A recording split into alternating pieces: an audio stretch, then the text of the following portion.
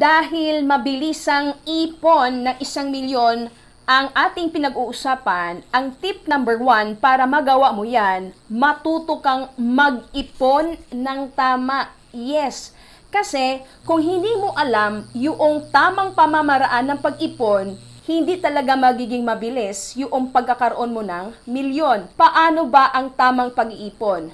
Yung tinatawag nating pay yourself first. Yung 10-20-70 rule. Anong ibig sabihin nito? Kapag ikaw ay merong tinatanggap na sahod, ang kailangan mong gawin para may maipon ka kaagad, ay meron ka kaagad na isi-set aside na pera para sa iyong pag-iipon. Hindi pwede na makapag-ipon ka ng mabilis kung palaging ginagawa mo na naghihintay ka kung magkano ang matitira after mong gumastos. Kaya kung nais mo na mapabilis ang iyong pag-iipon ng 1,000,000, you have to make sure na 20% ng iyong kinikita ay i-set aside mo na kaagad. At ang pangalawang tip, palaguin mo na ang ipon mo through investments. Yes, kasi hindi lalago ang iyong ipon kung ito ay nakalagay lamang sa isang tabi, di ba? Ngayon, saan ba mabilis magiging milyon ang ipon mo? Una, sa bangko.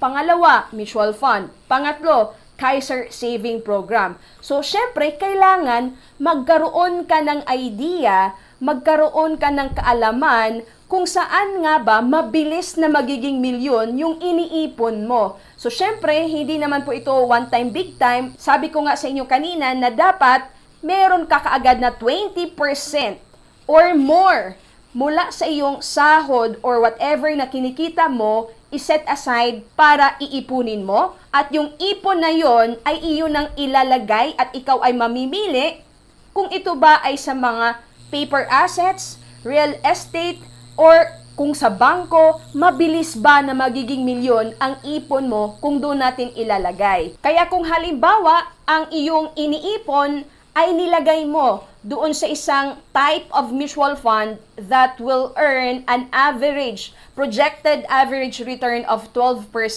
So for example, 20% of your sahod ay 10,000 at ito ay nilalagay mo sa mutual fund, more or less, after 7 years, you will hit your first million or talaga namang makapag-ipon ka ng 1,000,000 through mutual fund. Kaya kung halimbawa naman, 5,000 ang 20% ng iyong sahod, meaning 5,000 yung pwede mong ipunin at ito ay i-invest mo sa mutual fund, so magiging milyon po yun after 10 years kasi nga consistent ka na naglalagay doon sa mutual fund na merong average projected earnings of 12% per annum. Halimbawa, ang napili mo na paglagyan ng iyong ipon para mabilis na maging milyon ay sa Kaiser Saving Program na kung saan this is your complete saving program dahil nga binibigyan ka nito ng insurance coverage,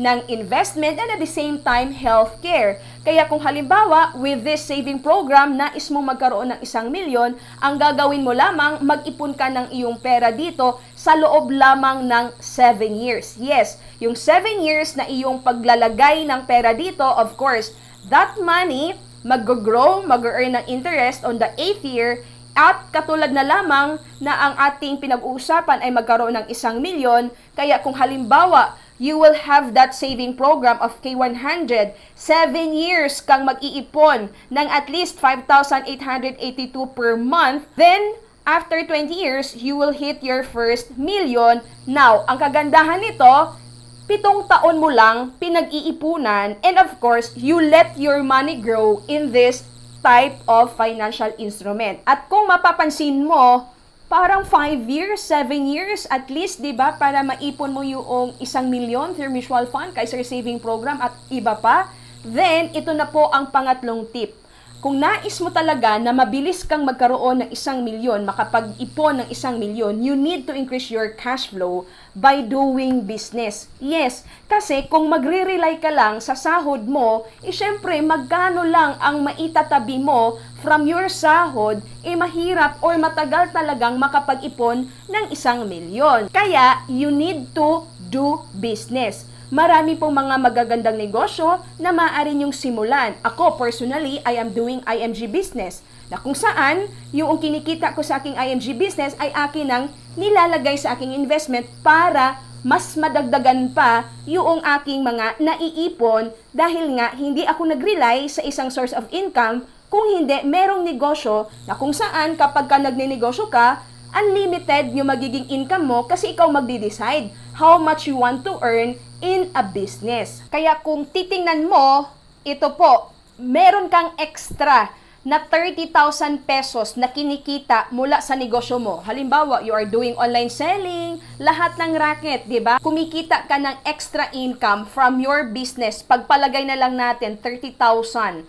Every month, meron kang nilalagay. Aside sa iyong sahod, meron kang 30,000 na nilalagay sa iyong investment. At talaga naman, in 3 years, you will have this projected investment value of 1.2 million. Meaning, kapag nais mo, mabilis kang magkaroon ng ipon ng 1 milyon, kailangan meron kang extrang effort na gagawin.